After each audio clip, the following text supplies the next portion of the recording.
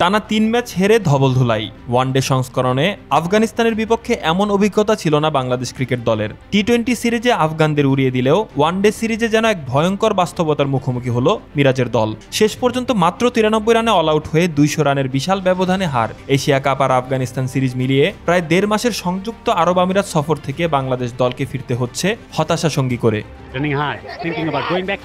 ব্যর্থতার পর নিজের হতাশা লুকাননি মেহেদী হাসান মিরাজ। ম্যাচ শেষে তিনি বলেন, দল অনেক ভুল করেছে, সুযোগ পেয়েও তা কাজে লাগাতে পারেনি। সাম্প্রতিক পরিসংখ্যানও যেন সেই কথাই প্রমাণ করছে। শেষ 8 ওয়ানডের মধ্যে 7টিতেই অল আউট হয়েছে বাংলাদেশ।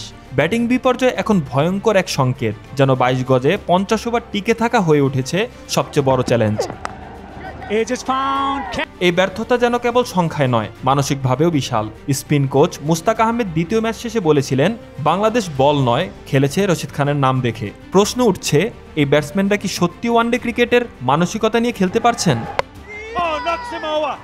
ওয়ানডেতে বাংলাদেশের ব্যাটিং যেন এখন অসম্পূর্ণ গল্প, যেখানে শেষাংশে শুধুই নীরবতা। টাইগার ভক্তদের চোখে ব্যাপারটা যেন এমন, চাই কি আর পাই কি। প্রথম ম্যাচে 5 উইকেটের হার, দ্বিতীয় ম্যাচে 109 রানে অল আউট, আর শেষ ম্যাচে 200 রানের পরাজয়। প্রতিবারই প্রতিশ্রুতির পরও ব্যর্থতা। মিরাজের প্রতিশ্রুতিগুলো থেকে যায় অসম্পূর্ণ এক গল্পে। টাইগার ক্রিকেটে পঞ্চপাণ্ডব শব্দটা বেশ পরিচিত।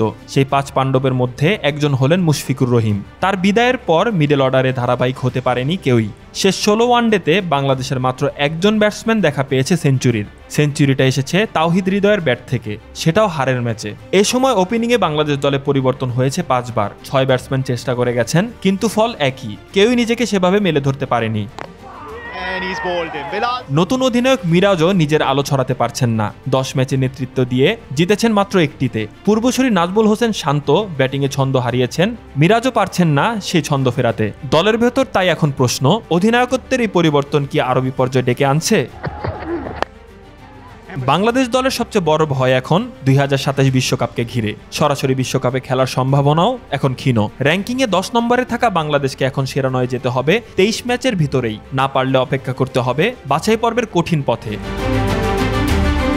ওয়ানডে ক্রিকেটে এক সময়কার অদম্য টাইগাররা এখন যেন নিজেদের সেরা খেলাটাই ভুলে যাচ্ছে। ধৈর্য, 1-2 রান নিয়ে ইনিংস গড়া বা সেট হয়ে চালিয়ে খেলা, সবকিছুই হারিয়ে গেছে টি-20-র ডামাডোলে। এখন বাংলাদেশের ওয়ানডে ইনিংস যেন এক অভিশাপের সুর, যেখানে আছে আক্ষেপ, ভুলের পর ভুল আর নিদারুণ নিস্তব্ধতা।